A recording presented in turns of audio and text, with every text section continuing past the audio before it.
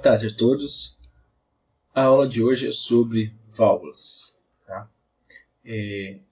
Válvulas são elementos finais de controle importantíssimos, tanto ao longo da história como na indústria, nosso dia a dia, etc. Aproximadamente 5% dos custos totais de uma indústria, principalmente de processos químicos, petroquímicos, advém da compra de válvulas de controle. Em termos de unidades, os válvulas só perdem para as conexões de tubulações. Então, há uma grande demanda por válvulas. Para que a gente usa uma válvula de controle? Né? Bom, a gente usa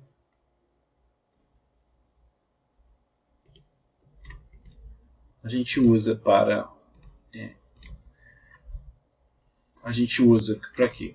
Principalmente para controlar a vazão. Essa é a principal finalidade. Tá? A gente pode bloquear, determinar o sentido dessa vazão. Então, o principal uso é em tubulações. Tá? Tubulações em diversos contextos. Também na saída e na entrada de vasos. Muitas vezes também, além das válvulas de controle, né, automáticas, há também as válvulas manuais, como mostradas aqui nesse lado aqui, esquerdo, aqui em cima. Então aqui é uma válvula manual. A gente usa um volante, por exemplo, para fechar ou abrir essa válvula. Aqui a gente usa uma alavanca, por exemplo. Válvulas, há diversas aplicações para válvulas. Né? Vamos contextualizar, né, com o nosso próprio corpo humano. Né? O coração, do ser humano, como outros mamíferos, outros animais, só no nosso coração há 4 válvulas. Repara, há uma válvula aqui, ó.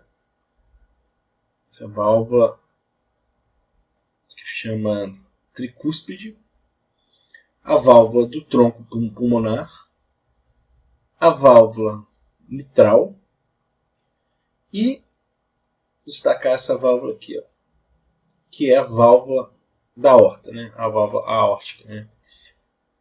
Talvez a mais importante das 4, porque ela, digamos aqui, ela vai permitir a passagem do sangue aqui no ventrículo esquerdo para a aorta e daqui o sangue vai para o nosso corpo inteiro. Né?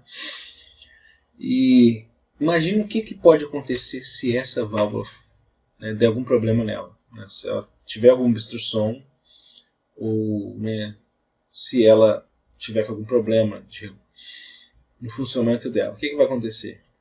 Acontece um problema seríssimo de saúde. Muitas vezes, né, com o fator da idade, as pessoas não percebem esse problema. Ou também um fator genético também. Tá? Foi o que aconteceu com quem? Com o Mick Jagger. Né? O Mick Jagger teve uma doença, estenose aórtica. Né? Que é o quê? É o estreitamento dessa abertura dessa válvula, né, que bloqueia o fluxo de sangue do ventrículo esquerdo para a aorta. Aqui, ó, ventrículo esquerdo para a aorta. O Mick Jagger fez uma cirurgia. É sorte que ele é rico, né? E isso também acontece na indústria, quando há um problema, né, na válvula, ou a gente troca. Então, a tecnologia está dando essa opção, né? Essa opção, a engenharia biomédica está dando essa opção para o ser humano, ou seja, há cirurgias para troca dessa válvula.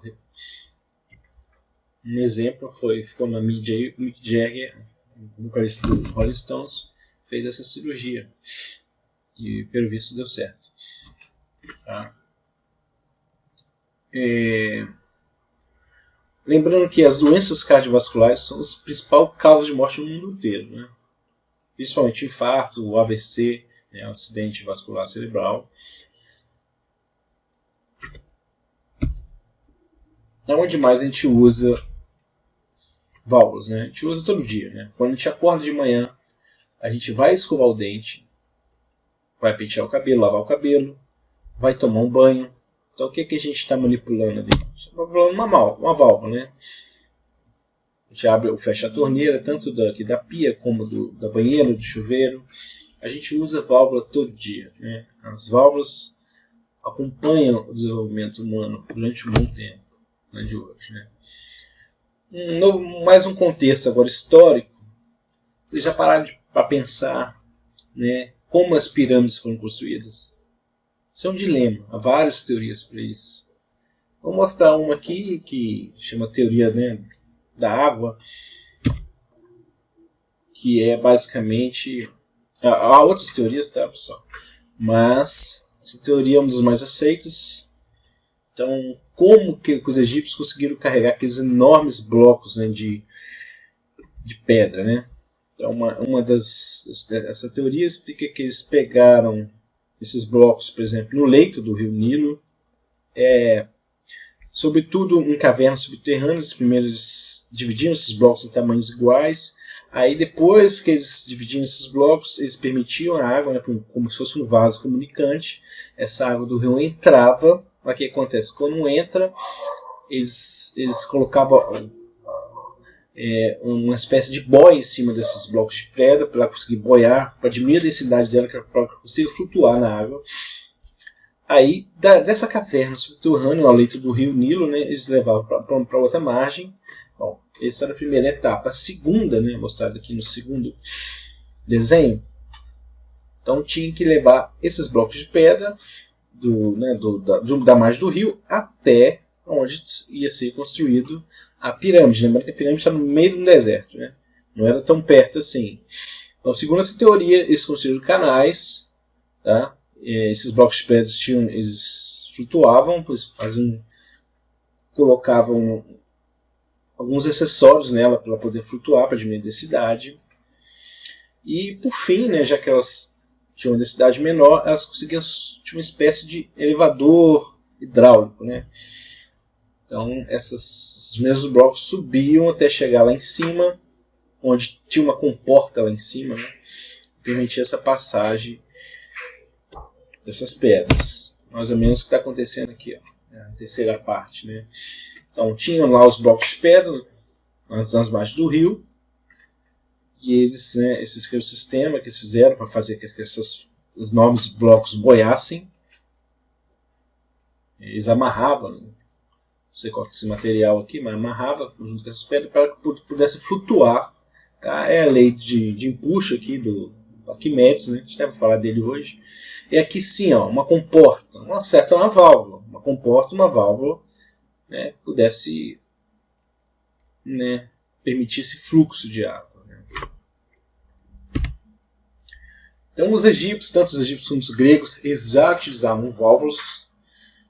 Os egípcios, né, as grandes civilizações, as mais antigas, não é coincidência elas se desenvolverem ao longo, né, de rios, principalmente onde tem água doce e potável, né? Então, civilizações tanto orientais, ocidentais, como aqui também da América.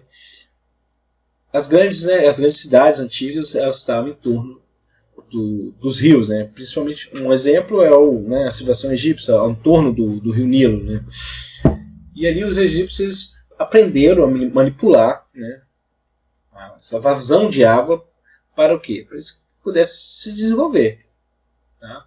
Então é claro que eles usaram válvulas, outros sistemas de irrigação. Aí sim, né, depois dos egípcios e gregos, os romanos aperfeiçoaram de vez esse sistema, tá? Principalmente para os famosos aquedutos romanos. Né? Então, uma grande civilização, de novo, né, como a romana, ela precisava de água. Então, ao longo do Império Romano, principalmente em torno de Roma, né, tinha esses aquedutos ligando grande parte do Império, onde não se havia obstáculos. Né? Eles furavam montanhas, se precisasse construir esses aquedutos em uma altura enorme, né, eles construíam. E você vê, é uma tecnologia, não existia eletrônica na época, mas eles eram bastante avançados, digamos assim, na parte mecânica. Né? E Inclusive, né, no Império Romano existiam válvulas, são muito parecidas com o que a gente usa hoje. Válvulas, né, que a gente fala angulares, válvulas gavetas, tipo gaveta de encaixe, válvulas, né, de um sistema pneumático de diafragma, para construir, principalmente para construir esses, né, sistemas complexos de arquiduto. É uma curiosidade, né, do Império Romano, eles gostavam muito de usar o chumbo como material para essas válvulas, né? Sublações também, e o chumbo a gente não usa hoje, né? Por quê? O chumbo ele é muito perigoso. O chumbo no nosso corpo humano ele substitui o ferro, por exemplo, na hemoglobina do nosso sangue. Qual que é o problema disso? Ele leva a várias doenças degenerativas, inclusive leva a demência, né? E há uma teoria, né, de que os imperadores romanos eram meio loucos por causa do excesso de chumbo que eles usavam, né? Tanto na tubulação do império, né? Como também nas válvulas, como também nos cálices, né? As taças que eles tomavam vinho, por exemplo. E há uma teoria que diz que eles eram... alguns eram meio loucos, né? Como o Calígula, por exemplo, por causa desse chumbo. E o chumbo, já num século recente, né, quando a gente começou a usar sistemas postos de gasolinas, um cientista, que eu esqueci o nome, ele estava investigando sobre a idade da Terra, foi ele que chegou no número de... a idade do universo, né? 13 bilhões de anos. Aí, quem tiver curiosidade pode procurar. Ele era um perito em chumbo, né? Ele descobriu que o chumbo, né, por causa do chumbo, ele descobriu a idade do universo, que é 3 bilhões, mais ou menos 3,7 bilhões de anos. Coincidentemente, ele descobriu esse inconveniente do chumbo, né? Que ele ele gera muita contaminação. Inclusive nos postos, né, até mais ou menos, né, aí, 1900 e pouco, a gente usava chumbos nesses sistemas. O problema é que muita gente morria por causa disso. Então, o chumbo no nosso corpo é muito perigoso. Aliás, a maioria dos metais são perigosos. Mas o chumbo ele vai provocar uma morte em algum tempo. Se você tiver chumbo no seu corpo, é uma morte certa. Por causa que o perigo, ele substitui o ferro em certas ligações. E foi esse cientista americano que descobriu isso. Aí ele fez uma guerra, né, contra a indústria petroquímica e enfim ele conseguiu. E salvou muitas vidas, né? Porque você não estaria aí consumindo chumbo sem querer. Só por curiosidade, né? Então, ainda perto da civilização romana, né, os romanos eles avançaram muito esses sistemas de válvulas, né, de tubulação, os aquedutos, etc. E conquistaram uma grande parte ali do Mediterrâneo. Foi um dos maiores impérios que existiu. E os romanos eles invadiram, inclusive, a ilha de Sicília, né, Siracusa, onde se habitava esse cidadão aqui, o Arquimedes. Né? O Arquimedes é aquele gênio, né, foi um dos grandes gênios que teve na história. E muita gente, às vezes, duvida, esses grandes gênios, né, como Platão, Aristóteles, até mesmo o Leonardo da Vinci, muita gente duvida se foi uma pessoa só, né? Porque tanta coisa que esses caras inventaram, né? Igual o Arquimedes. O Arquimedes, a lei do empuxo, vocês aprendem física, né? A famosa frase dele, Eureka, né? Quando ele teve aquele insight da descoberta enquanto estava tomando banho de banheira, ele descobriu a lei do empuxo.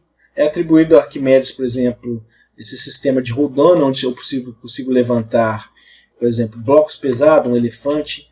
Então, como o Arquimedes ele vivia nessa ilha aqui, ó, que era uma civilização que se destacava pelo comércio, né, então muitas invenções dele, né, para que ele inventou o sistema de rodando? Para carregar, por exemplo, os navios, levantar, você construiu um navio, tinha que jogar ele no mar, então muito pesado. Então, você usava um sistema de rodanas, a gente sabe que vai dividir no peso, né, dependendo do número de rodanas que você usa. Então, com uma pequena força, você consegue levantar um objeto pesado. Isso é atribuído a Arquimedes. Né? E ele inventou mais o quê? Várias coisas. Né? Eu gosto muito dessa invenção dele, o famoso parafuso de Arquimedes, onde, repara, com esse sistema, ou bomba de Arquimedes, ele conseguia, né, isso aqui, ó, sem eletricidade, ó, ele transmitir a água de um nível mais baixo para um nível mais alto, né? Olha a importância desse sistema. Isso possivelmente foi inventado para quê? Para tirar a água do fundo dos navios, né? Então, se a gente consegue fazer isso, o que a gente ganha? Esses navios vão conseguir transitar com uma distância maior, por exemplo. Então, uma hora isso aqui vai inundar de água, eu preciso tirar. Como que a gente tirava na época do Arquimedes? Com esses parafusos. Então, uma invenção leva a outra, né? Com isso aqui eu consigo desafiar a gravidade também, né? Transmitir água de um nível mais baixo para um nível mais alto. Então, mais o que? Tem uma história muito curiosa, além desses parafusos de Arquimedes. Diz que quando os romanos, né, foram invadir o Siracusa, né, eles sofreram bastante na mão dessas invenções do Arquimedes, né, porque tinha alavancas que levantavam os navios romanos e derrubavam eles.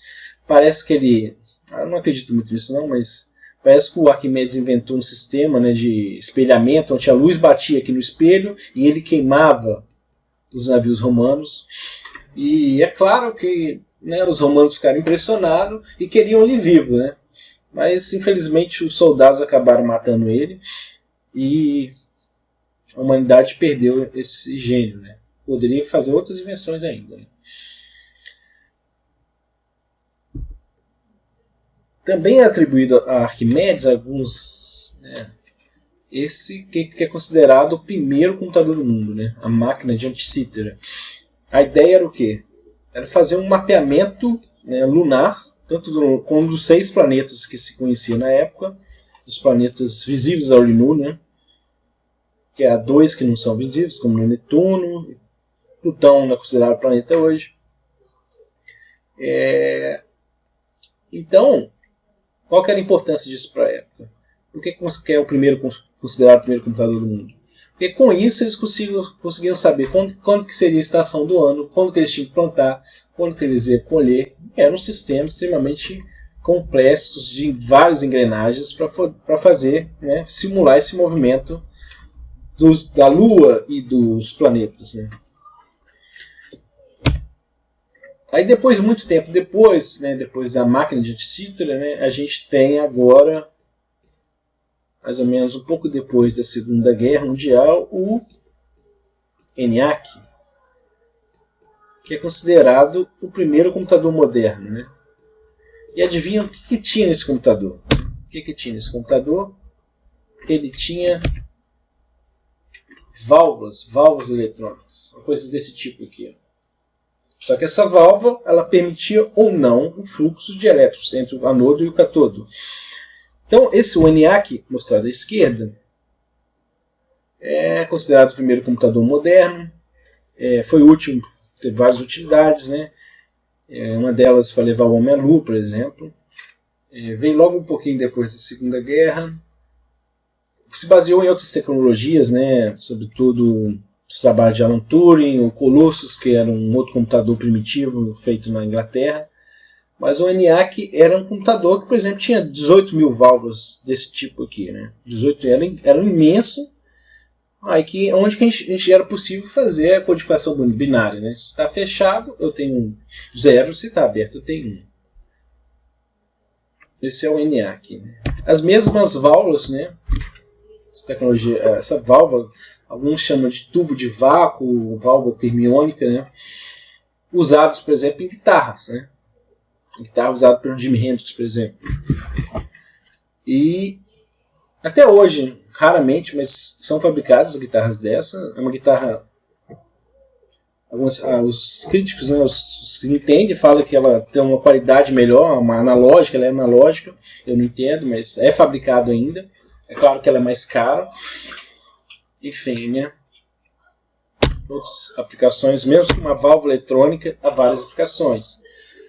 Uma aplicação mais no contexto, né, industrial, que, por exemplo, esse tanque Tá? Eu tenho um sensor, uma chave para detectar esse nível alto. Por exemplo, se eu quero, se esse tanque enche demais, né? Se ele enche demais, o que eu posso fazer? Abrir essa válvula aqui para que o fluxo passa para cá, né? Por exemplo.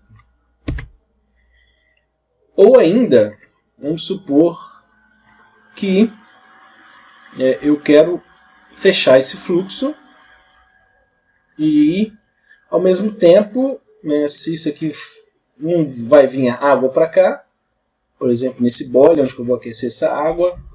Então, uma vez que essa válvula fechou, eu tenho que abrir, por exemplo, essa comporta para o vapor do incêndio sair. Uma função de bloqueio, por exemplo, uma função direcional. Há várias aplicações para a válvula, né? Um outro exemplo aqui, mas nesse caso eu tenho aqui uma válvula que a gente chama borboleta, pelo formato dela, vou falar disso. Acontece um vazamento, esse vapor sai, essa válvula bloqueia para o quê? Para que eu consiga passar por aqui. Tá? Então, a água vai passar por aqui, fechou. O gás, né? O gás passa por aqui, por esse sistema. Então, mais uma aplicação, por exemplo, tem um reator. Estou medindo, né, por exemplo, a temperatura e a pressão. Se a temperatura e a pressão estiver muito alta, ou eu bloqueio isso aqui, ou eu aumento essa vazão aqui também. Então, há várias aplicações. Mais uma. Isso aqui, por exemplo, uma horta. Sistema de irrigação automático. Aí eu tenho aqui uma bomba, né? Eu estou tirando essa água, se eu não quiser tirar da caixa d'água, tiro, por exemplo, do rio. Se eu quiser controlar essa vazão aqui que vai para esse sistema de irrigação, eu coloco uma válvula. Aí a válvula.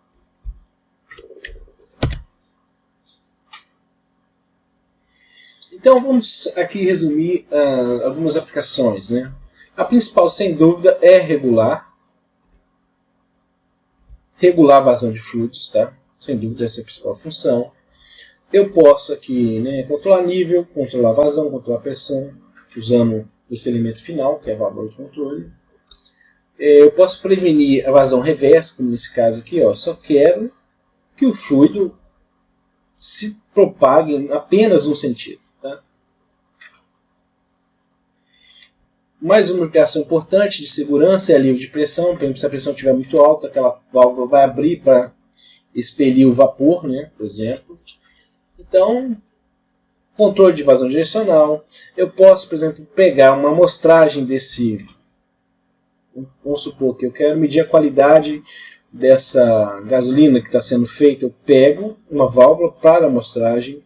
Eu posso limitar ou aumentar o fluxo, né?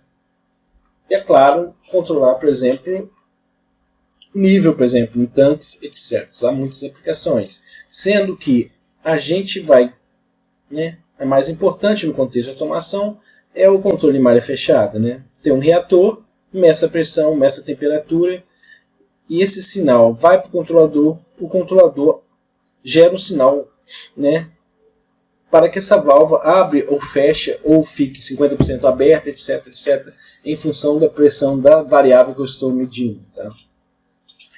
Então, uma válvula, né,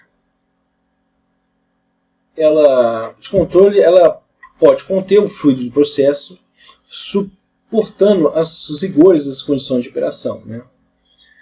Como o fluido passa dentro da válvula, ela deve ter características mecânicas e químicas para resistir à pressão, temperatura, corrosão, erosão, sujeira e contaminantes do fluido. Tá? E é claro que ela deve responder ao sinal de atuação do controlador.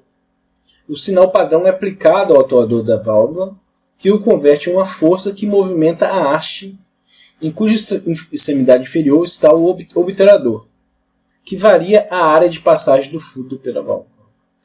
Normalmente é isso que é uma válvula de controle. É assim que ela atua.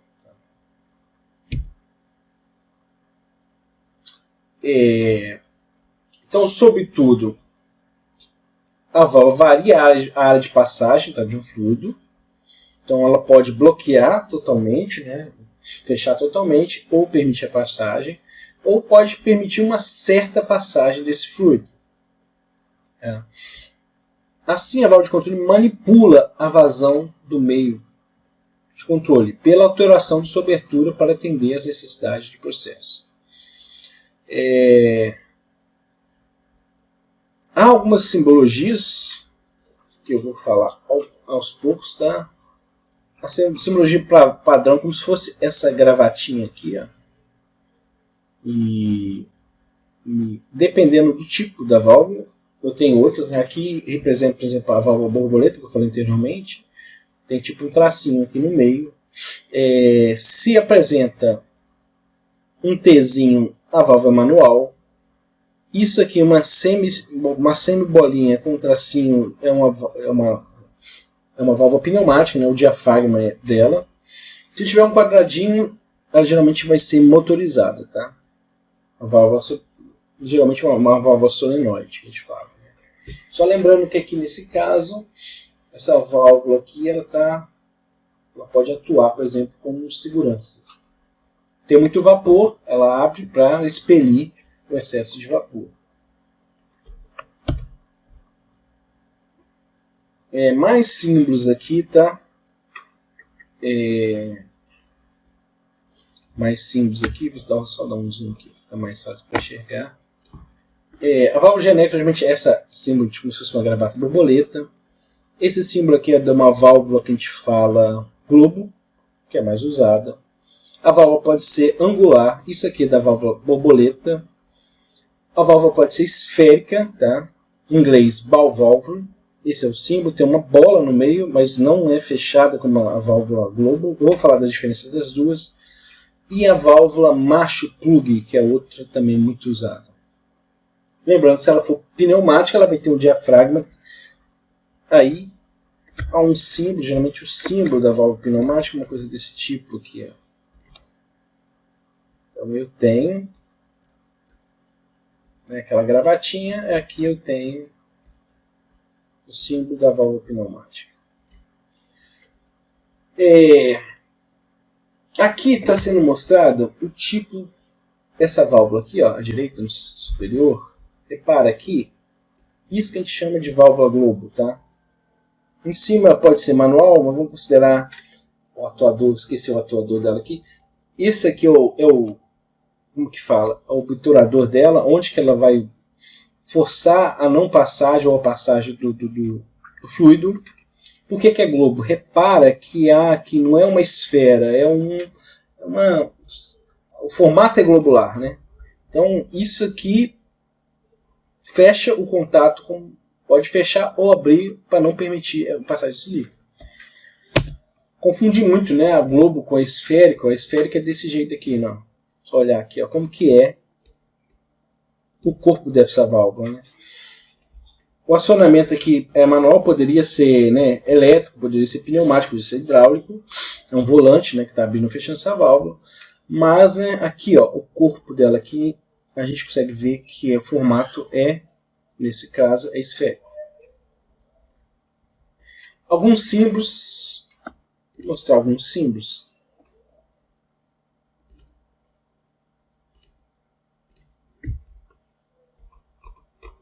Aqui o símbolo da válvula manual. A válvula gaveta ou válvula guilhotina.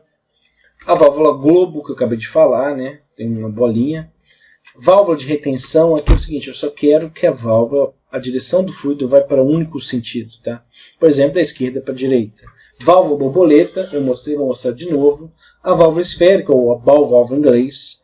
Né? As válvulas pneumáticas que tem um diafragma. Outra válvula muito usada são as válvulas plug ou válvula macho. E a válvula agulha também, tá? A gente vai falar disso aos poucos.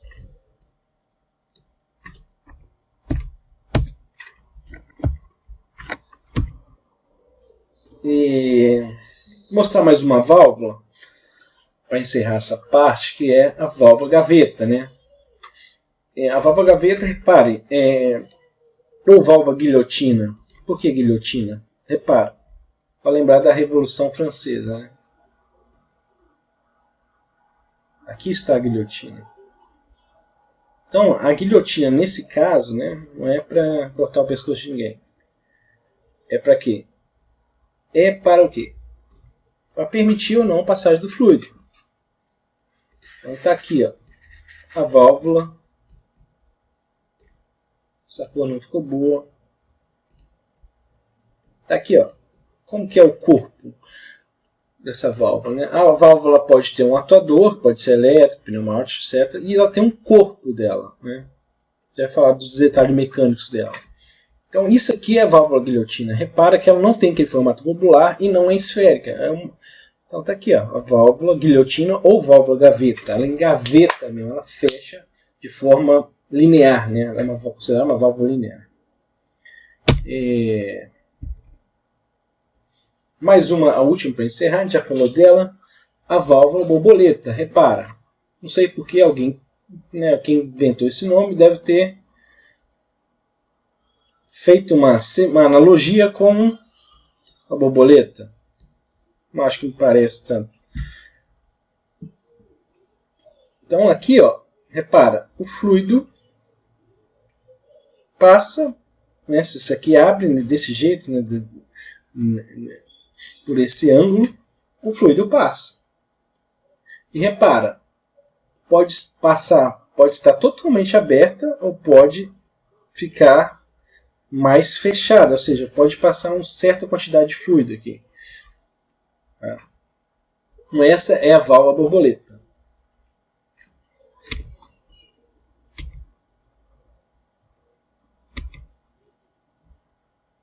O símbolo da válvula borboleta é esse aqui.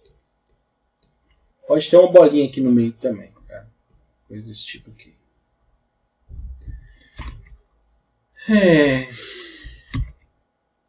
Vamos, por enquanto, vamos, né?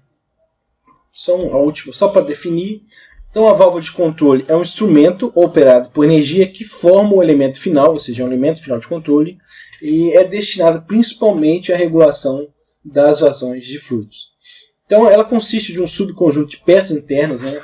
Tem lá, então tem um corpo, tem a sede, tem um castelo, tem um obturador, e isso fica para uma outra parte, e de forma que o corpo da válvula é conectado a um atuador, o qual responde a um sinal transmitido por um elemento controlador.